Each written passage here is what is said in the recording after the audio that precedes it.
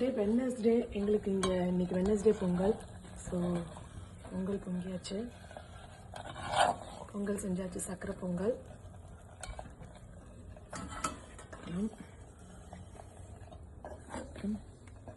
வாழைக்காய் வறுவல்,